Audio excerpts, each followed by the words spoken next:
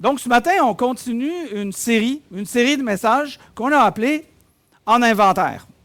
L'idée, on est dans le 4e message aujourd'hui, c'est une série de 5. J'aime beaucoup prêcher dans cette méthode. C'est un peu comme un livre avec différents chapitres. Comme ça, on peut approfondir un peu plus le sujet. Puis le sujet qu'on voulait couvrir en début d'année, c'est de faire un inventaire. Un inventaire de quoi? Pas un inventaire de notre garde-manger, c'est pas ça que je veux dire. Je veux faire un inventaire de soi-même, de regarder à soi-même, de s'examiner soi-même, puis de réaliser, est-ce qu'il y a des choses qui auraient besoin d'être changées dans ma vie? Est-ce que je pourrais rajouter des choses, enlever des choses?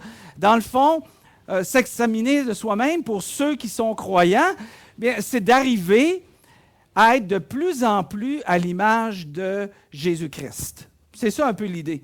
Hein, on ne sera jamais parfait durant cette vie, mais l'objectif, c'est d'arriver de plus en plus à la ressemblance de Jésus-Christ. C'est pour ça que c'est notre mission à l'Église ici, c'est d'apprendre de façon à être capable de suivre Jésus puis de ressembler de plus en plus à Jésus. J'avais un de mes amis, puis aujourd'hui, c'est un ami pasteur, puis aujourd'hui, il est décédé. Il est décédé l'année passée. Puis, lui était pasteur, moi j'étais pasteur. Il était né à Montréal, je suis né moi aussi à Montréal, il y avait 2 enfants. Moi aussi à cette époque-là, j'avais 2 enfants. On est né la même journée, le 8 février 1992. Mais vous avez manqué le punch. Le 8 février... Hey! On en a une qui est réveillée. Je t'aime bien, ma Nancy. Donc, je disais bien que le 8 février, c'est ma journée de fête. Lui aussi, ce pasteur-là, c'était aussi sa journée de fête, cette journée-là. On avait plusieurs points en commun. Puis, c'était même devenu une joke entre nous deux. On se disait, bon, mais probablement que ta mère a pris le mauvais bébé, puis moi, je devrais être avec ta mère, toi, tu aurais dû être avec ma mère. Puis, on riait bien avec ça. Mais l'idée, c'est qu'on avait tous ces points-là en commun. Hein? Vous comprenez c'est quoi avoir des points en commun quand on parle avec quelqu'un, puis cette personne-là, tu réalises, si tu ne la connais pas trop, exemple, qui a fait le même métier que toi. C'est comme pertinent. Ou la personne a 2 enfants ou 2 filles, tu as 2 filles, ils ont pratiquement la même âge. On se comprend parce qu'on a ces points-là en commun. Mais aujourd'hui, c'est ce que j'aimerais qu'on parle. J'aimerais qu'on parle d'un point en commun.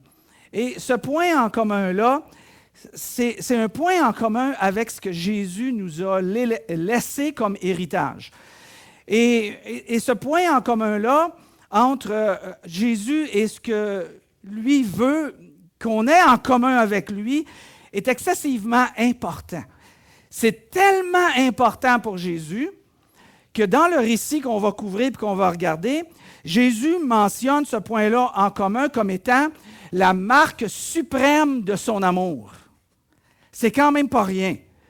Alors, il nous dit, et voilà ce que je veux, que j'aimerais que ceux qui me suivent, les générations qui vont suivre, qui vont croire à Jésus, qui vont croire en moi, si Jésus, mettons, parlait, c'est cette marque suprême-là de mon amour, et je voudrais que vous soyez des imitateurs de cette marque-là suprême de mon amour.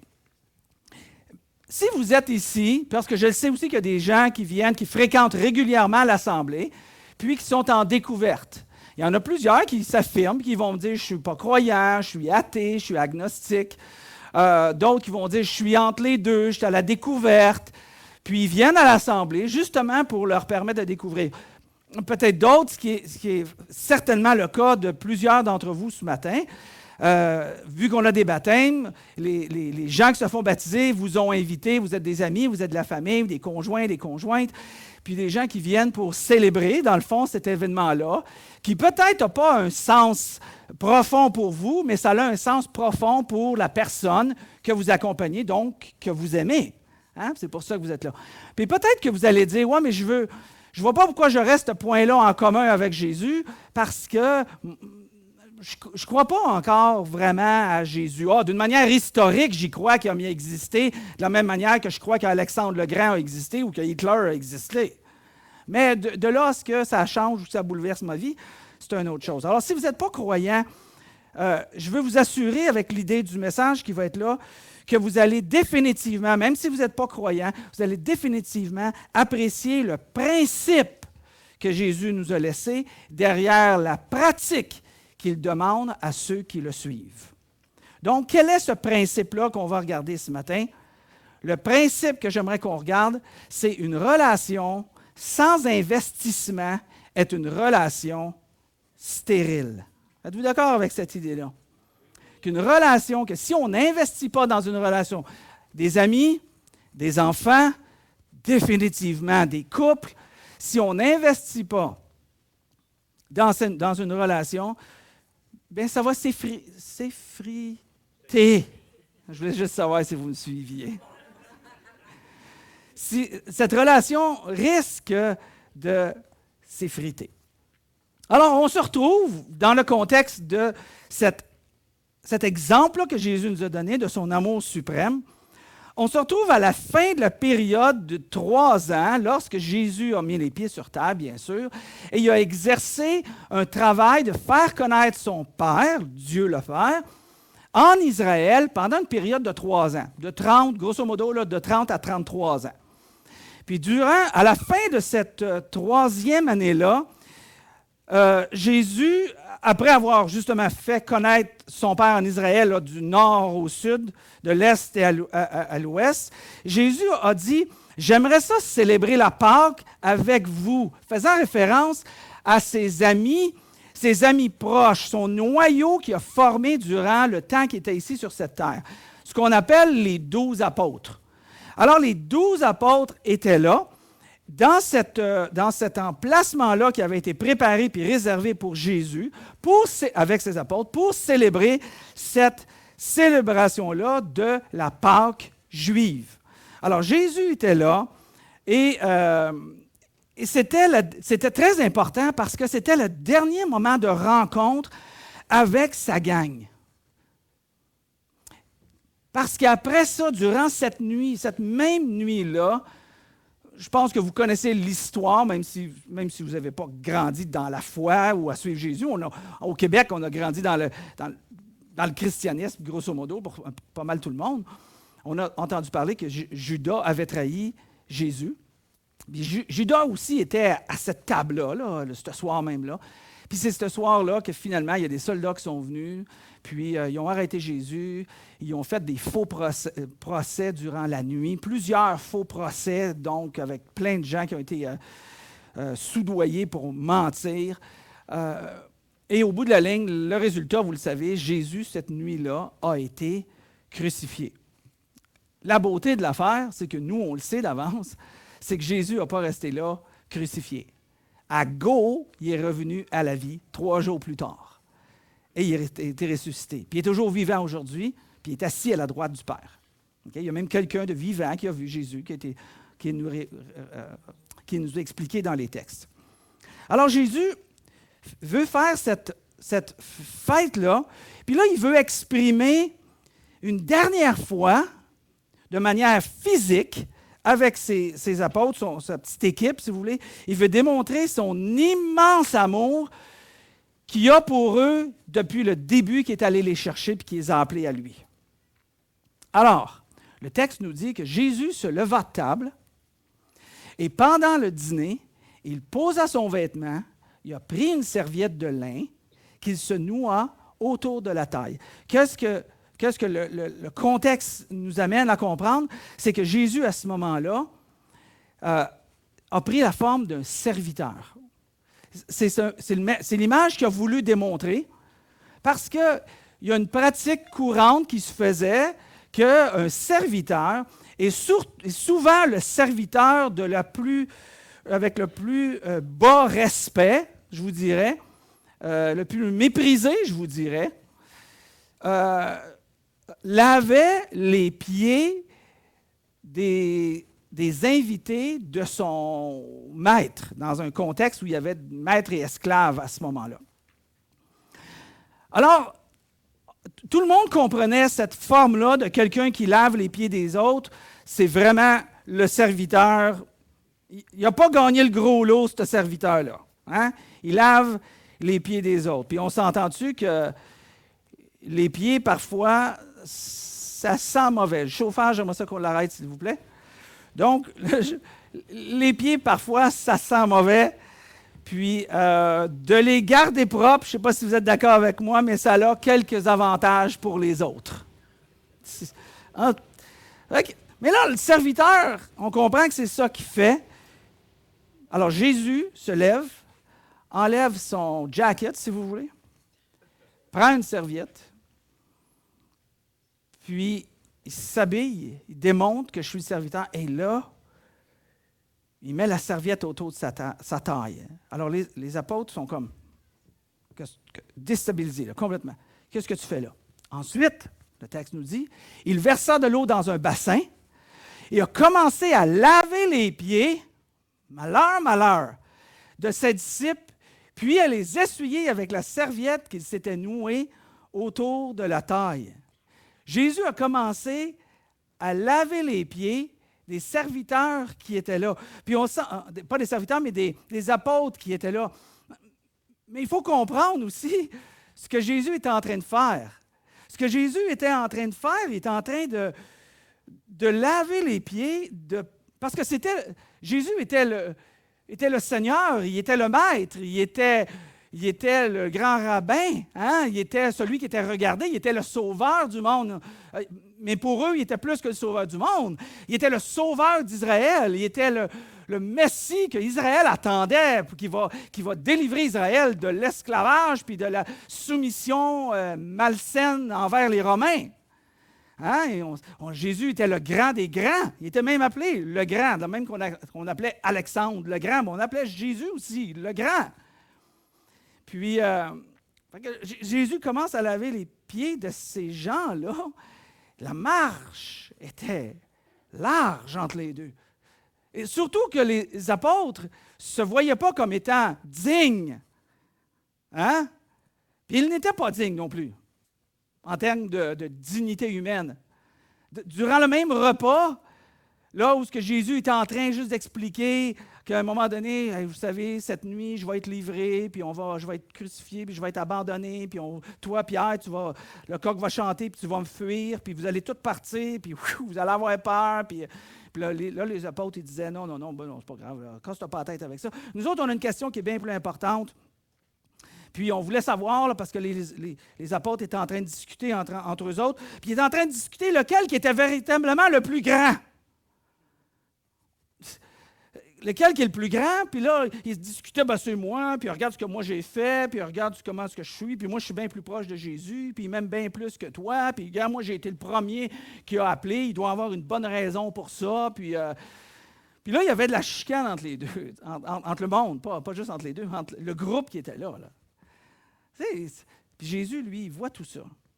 Il voit tout ça, puis il s'abaisse et il commence à laver les pieds de ses disciples. Les apôtres qui étaient là n'ont pas pris le temps, ce qu'on essaie de faire dans ce début d'année, un examen de soi-même. On essaie de faire un examen. Puis l'apôtre Paul nous dit même à un moment donné que il nous dit, tu sais, quand vous vous rassemblez, comme vous vous rassemblez là, il dit, examinez-vous vous-même. Particulièrement si vous prenez la communion, si vous prenez l'Eucharistie ou la Sainte Seine, hein, c'est tous des synonymes utilisés dans différents groupes chrétiens. Il dit, examinez-vous vous-même pour vous assurer que vous êtes dans la foi. Faites un examen de vous-même. Les apôtres n'ont pas fait cet examen de eux-mêmes là, à ce moment-là. Et là, quand Jésus lavait les pieds, ça arrive à Pierre. Le texte nous dit que quand vint le tour de Simon-Pierre, celui-ci protesta en disant, « Toi, Seigneur, tu veux me laver les pieds? » Jésus arrive à Pierre. En arrivant à Pierre, comme à tous les autres, l'intention était de laver les pieds de Pierre. Peu importe ce que tu ressens, j'ai besoin de te montrer une image très importante et j'y arrive dans une seconde. Alors Pierre, de tout son orgueil, puis je dis de tout son orgueil, s'oppose à la volonté de Jésus. faut pas oublier, Jésus, c'était quand même Dieu. Dieu incarné dans la forme d'un homme, Jésus-Christ.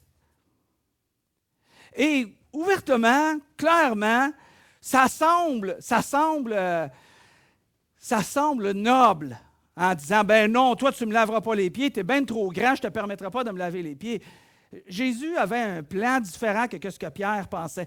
Et je m'identifiais souvent avec ça, parce que des fois, est-ce qu'on comprend bien, pour le chrétien ici, est-ce qu'on comprend bien la volonté de Dieu, de qu'est-ce qu'il veut dans notre vie, qu'est-ce qu'il ne veut pas dans notre vie? Est-ce que c'est surtout quelque chose qu'on recherche et qu'on se questionne dans nos choix, dans nos décisions, dans nos comportements, dans nos relations les uns vers les autres? Est-ce qu'on cherche à dire, est-ce que c'est la volonté de Dieu? Jésus arrive et il veut laver les pieds de Pierre et Pierre dit non, non, il n'y a pas de question. Il proteste, le texte nous dit même qu'il proteste, il s'oppose à la volonté de Jésus. Et pourtant, Pierre, il comprenait, il savait très bien qui était Jésus-Christ. Quand il a protesté comme ça, puis qu'il a voulu empêcher que Jésus puisse laver ses pieds, Jésus lui a répondu, « Ce que je fais, tu ne le comprends pas pour l'instant. » Oh, ça, c'est très humain pour nous. Tu ne comprends pas pour l'instant, tu le comprendras plus tard. Parce que, comme je vous ai dit, Pierre ne comprenait pas pourquoi est-ce que Jésus veut s'humilier de cette manière. Il ne comprenait pas de façon à s'opposer à la volonté de Jésus. Il ne comprenait pas. Il le voyait comme le grand, oui, un libérateur, le Messie, comme je vous ai dit. Il ne comprenait pas l'humiliation que Jésus était en train de montrer. Et surtout, parce qu'on va le voir à la fin du texte, que Jésus est arrivé avec l'idée en disant, « Ce que j'ai fait, je veux que ça soit un modèle pour vous. Je veux que vous fassiez comme moi je viens de faire. » Et on va regarder qu'est-ce que vraiment Jésus a fait pour nous aujourd'hui. Okay? Mais Pierre ne comprenait pas ça. Pierre s'est opposé à ça.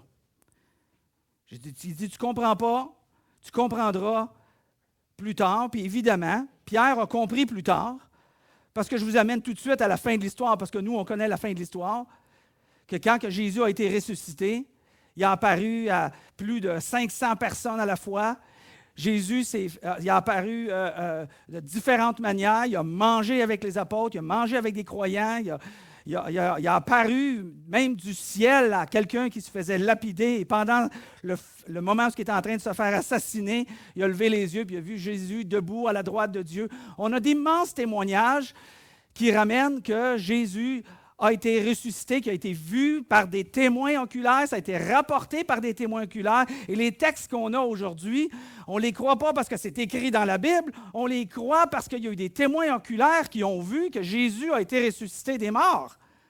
Fait que si des gens ont vu de leurs propres yeux Jésus ressuscité des morts, puis ont écrit des textes, bien là, je pense que ça va à peine d'écouter les textes, puis qu'est-ce qu'il veut nous dire?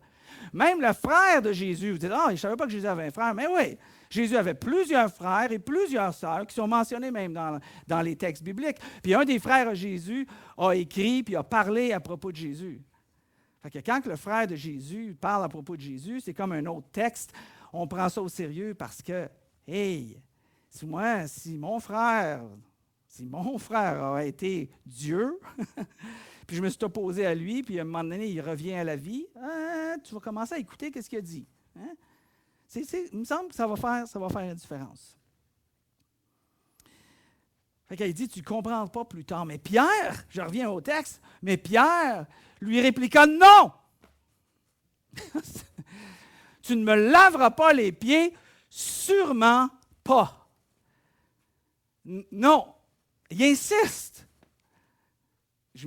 C'est facile de s'identifier là-dedans.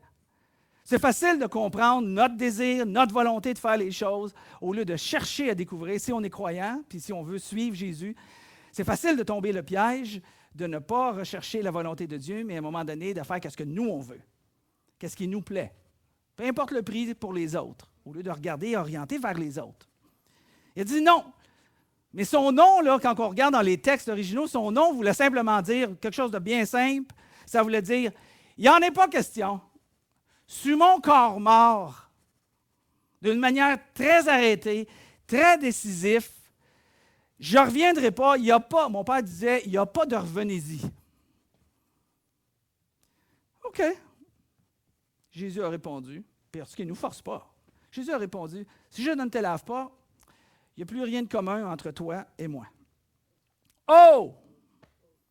OK. Il n'y a plus rien entre toi et moi, là. Il y a quelque chose en commun que tu vas manquer, que je ne voudrais pas que tu manques, mais si tu insistes, tu vas manquer cette partie-là de moi. Qu'est-ce qu'il est en train de dire? Ce qu'il est en train de dire, parce qu'on sait que Jésus a dit, ce que moi j'ai fait, je veux que vous le fassiez. Le modèle que je vous ai donné, je voudrais que vous l'imitiez. L'amour que je vous ai montré, je voudrais que vous l'exprimiez les uns envers les autres. Si vous me dites que vous m'aimez, mais que vous n'aimez pas les gens qui sont autour de vous, vous n'êtes pas vrai dans votre relation avec moi. C'est ça que Jésus est en train de dire. Parce que si on a une relation avec Dieu, mais on n'en a pas une avec les autres, on n'est pas vrai dans notre relation avec Dieu. Parce que Dieu nous demande de l'aimer lui, mais d'aimer les autres, comme Jésus nous a aimés. Fait que si on dit qu'on est vrai avec Dieu, qu'on croit à Dieu, puis qu'on n'aime pas les autres, il y a quelque chose qui ne marche pas dans notre vie, là. On a un problème. On est en train de passer à côté d'une part très importante que Jésus veut qu'on ait dans notre vie, nous avec lui et nous avec nous. Cette part-là, je l'ai décrit comme ça, c'est ton service pour les autres accompli dans l'amour. Jésus a dit, je me suis levé, je me suis humilié, j'ai lavé les pieds et je veux que vous fassiez la même chose. Je veux que vous serviez les uns les autres. Et c'est de servir les uns les autres, Jésus l'a dit en commençant, c'est la plus grande marque d'amour que tu peux exprimer à quelqu'un. Jésus a dit même plus loin, non, Jean, l'apôtre Jean a dit plus loin, il n'y a pas de plus grand amour que de donner sa vie pour ceux qu'on aime. Ça va loin. Le service, les uns envers les autres, c'est notre amour qu'on porte les uns envers les autres au travers du service. Pas juste dire « je les aime » sans action. Aimer sans action, c'est mort. Mais aimer Jésus, parce qu'on dit qu'on croit Jésus, aimer avec action, là, on vient de démontrer que notre relation avec Dieu et notre croyance en Jésus est vraie et sincère. Elle vient du cœur. Puis on se laisse conduire, on se laisse inspirer, on se laisse transformer de façon à devenir de plus en plus comme Jésus qui a aimé jusqu'au point de donner même sa vie pour chacun d'entre nous ici aujourd'hui. Jésus dit à Pierre, si tu ne me permets pas de te laver les pieds, Pierre, puisque ça va être un modèle que toi aussi je te demande de faire pour les uns envers les autres, si tu refuses de te soumettre à ça, tu refuses de servir les autres dans l'amour. Est-ce que c'est ça, Pierre, que tu es en train de dire? Tu refuses de servir dans l'humilité parce que moi, je sers comme un serviteur dans l'humilité et non pas je regarde ma position grande puis respecter ma position, regarder où est-ce que je suis. Si tu refuses mon humiliation en tant que serviteur, Jésus dit à Pierre, est-ce que tu vas refuser ton humiliation pour servir les autres aussi? Si tu ne t'investis pas, Pierre, dans la vie des autres, ta relation avec les autres va être complètement stérile. Ce que Jésus aussi disait par la force des choses à Pierre, tu sais quoi, Pierre, ce qu'on a, c'est qu'on peut avoir cette part-là en commun, de servir les autres dans l'amour. C'est pour ça, Pierre, que Jésus est en train de dire que je te lave les pieds. Parce que ça représente le service dans l'amour envers les autres. Tu n'en veux pas, Pierre, de ça? Tu ne veux pas ça?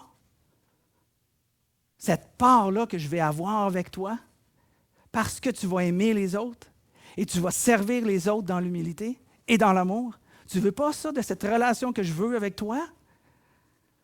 C'est grandiose, je te le dis, là, Pierre. C'est grandiose. Ça va te transformer. Ça va te diriger. Ta vie va prendre un sens plus que tu ne pourras jamais imaginer que ta vie va avoir un sens.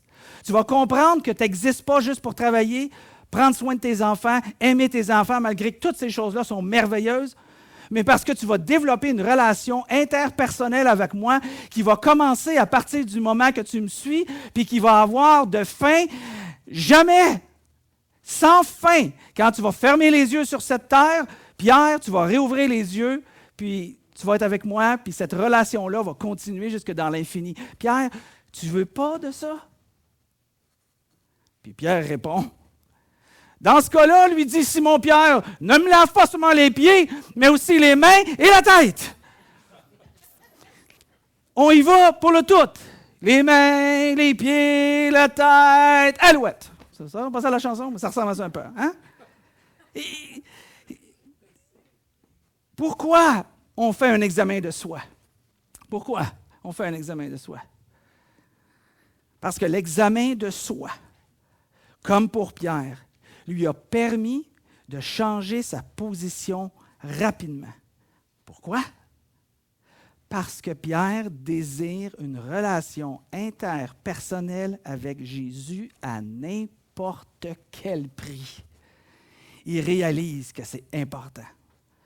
Donc, ce que Pierre est en train de dire ici, il est en train de dire, « Hey, si ça prend un bain complet pour soutenir ma communion, ma relation avec toi, ben, Seigneur, lave-moi au complet, je suis prête. » Jésus lui a répondu, « Bon, on y arrive. » Jésus lui a dit, « Celui qui est baigné est entièrement pur. » Écoutez bien ça, là, c'est très important. Celui qui est baigné est entièrement pur. Il suffit de se laver les pieds.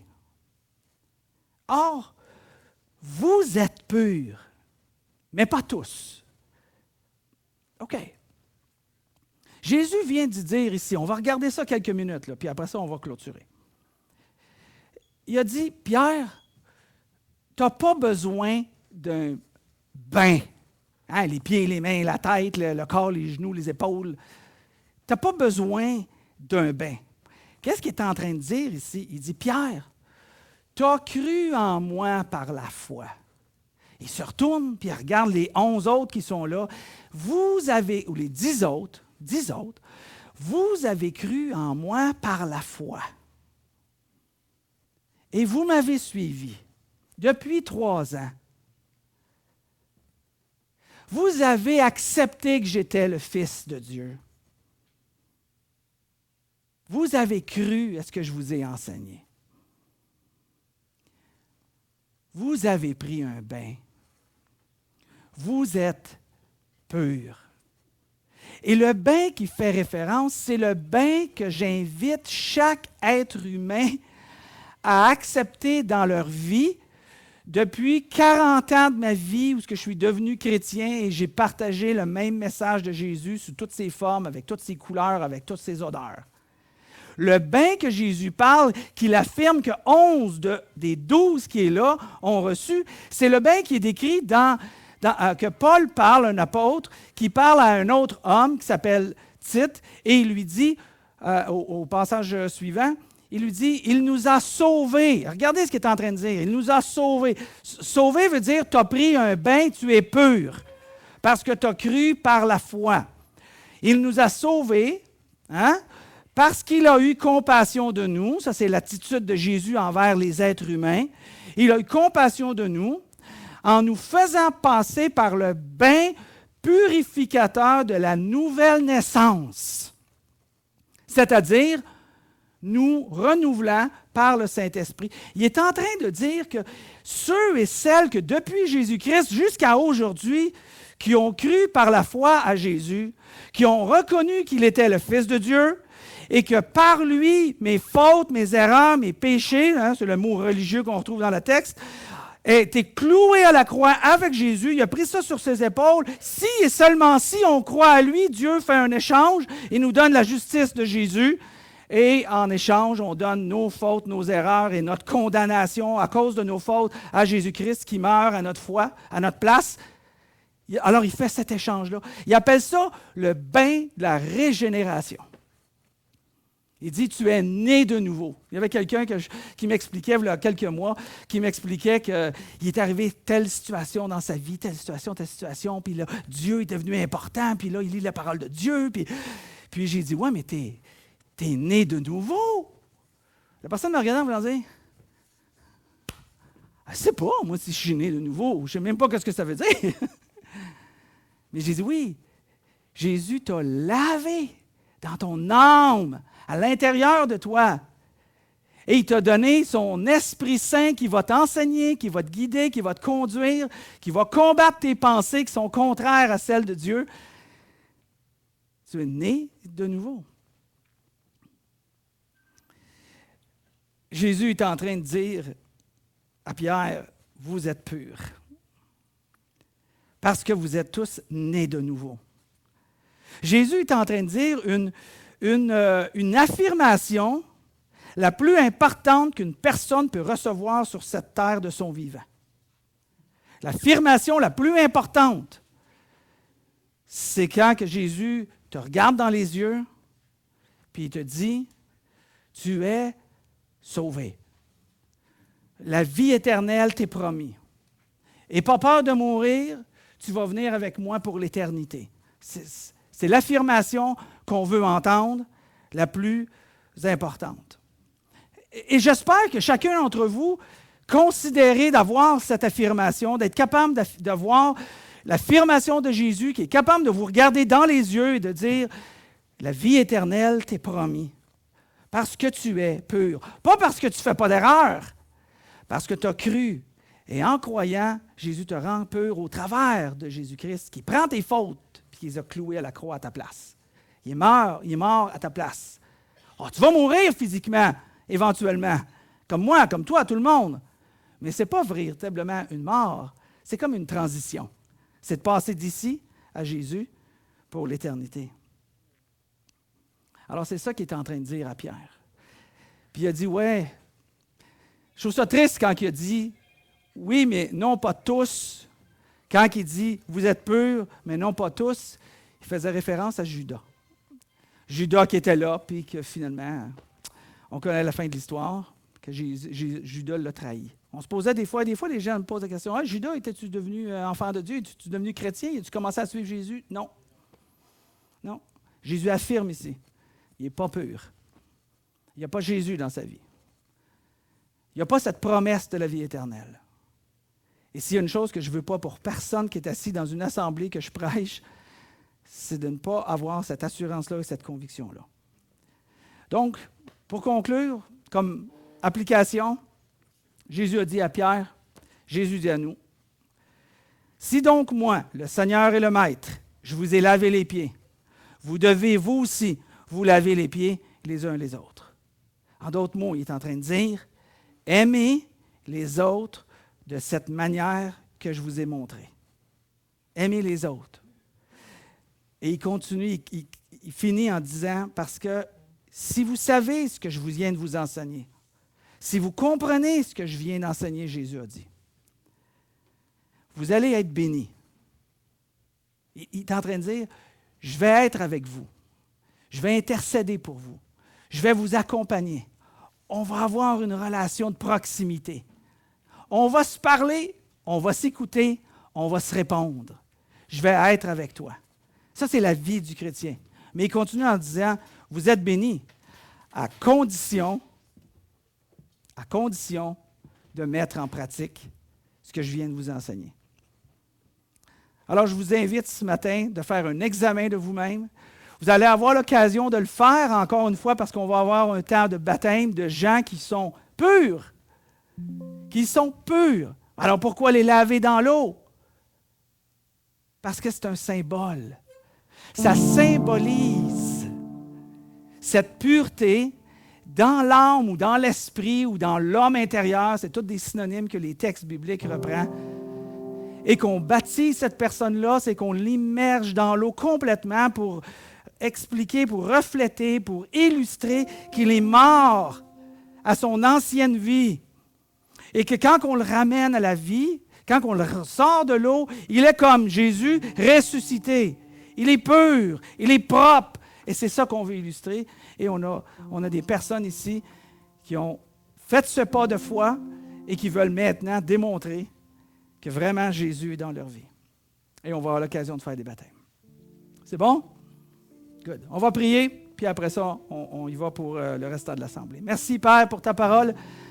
Merci de nous enseigner, mais aide-nous, Seigneur, dans ce défi que tu as placé, non seulement les apôtres, mais tous les croyants qui vont suivre après, de ne pas avoir peur de se lever, d'avoir un cœur de serviteur, de s'humilier par amour pour les gens, par amour pour toi, par obéissance envers toi, parce qu'on te regarde comme modèle et on veut faire comme Jésus, comme toi tu as fait. Je te demanderai de nous aider durant cette année où on fait un examen de soi et à chaque fois, Seigneur, que notre examen va nous condamner en quelque part, on te demande de nous pardonner de nos fautes et on le sait que tu l'as déjà fait parce qu'on est pur. Mais tu nous demandes très souvent qu'on veut qu'on reconnaisse nos erreurs parce que c'est le moyen d'éviter que notre relation soit stérile l'un envers l'autre, Seigneur Dieu.